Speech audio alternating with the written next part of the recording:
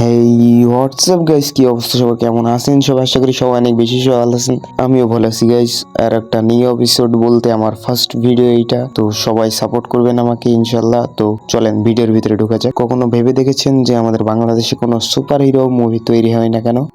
এর অনেক কারণ আছে। এর ভেতরে ফার্স্ট কারণ হচ্ছে আমাদের কোনো প্রফেশনাল ডিরেক্টর নেই। দ্বিতীয় কারণটা হচ্ছে আমাদের ক্যামেরা কোয়ালিটি কিন্তু অনেক ভালো। আমাদের বাংলাদেশের ক্যামেরা কোয়ালিটিগুলো অনেক ভালো, কিন্তু তারা করতে পারে না।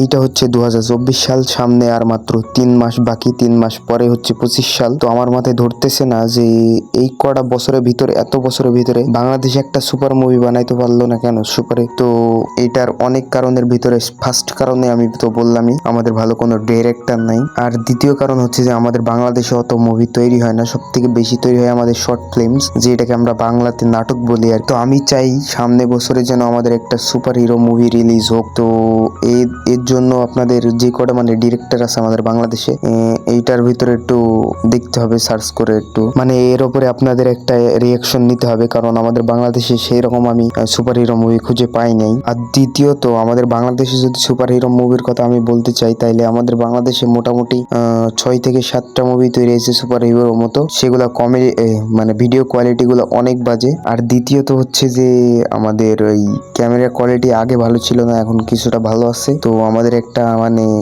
এর ওপর একটা রিয়াকশন নিতে হবে, কারণ এখন আমাদের সবকিছু ভালো আর এটা জেনারেশনটা আরো এগিয়ে যাচ্ছে। তো আপনাদের ভালো একটা কিছু আমাদের দিতে হবে। তো আমার একটা ইচ্ছা, আমার যেন হচ্ছে যে বাংলাদেশে একটা ফিল্ম রিলিজ হয় যেটা হবে সুপার হিরো নিয়ে, বা হ্যাঁ এইসব কোনো নিয়ে। তো আলাদা কোয়ালিটি ভাবে হতে পারে, সেটা আমি বলতে পারতেছি না, কারণ সেটা হচ্ছে ডিরেক্টর ঠিক করবে যে কে কোনটা মানে কোন হিরো বেস্ট হবে, কোনটা হবে। তো এর জন্য প্রচুর মাথা কামাতে হবে। আর যদি আমরা সামনে বছর পাই বা 2-3 বছর লেগে যেতে পারে, আমরা যদি বাংলাদেশে একটা সুপার হিরো মুভি চাই, তো প্রথমবার আসলে দ্বিতীয়বার ইনশাল্লাহ হচ্ছে যে ভালো কিছু দেওয়ার চেষ্টা করবে। মানে প্রথমবার তো খুবই খারাপ হয়, এটা আমি জানি। আর এর আগে আমি তো বললামই 6-7টা মুভি রিলিজ হয়েছে। তো আমি নেক্সটে চাই একবারে ফুল এইচডি টাইপের এবং খুবই সুন্দর রকমের, যেমন হচ্ছে যে আমাদের এই ইউএস এরা আছে আমাদের, যেমন টনি স্টার্ক, এদের মতো মুভি, বা হচ্ছে যে ইনফিনিটি ওয়ার, আর হচ্ছে যে এন্ডস গেমের মতো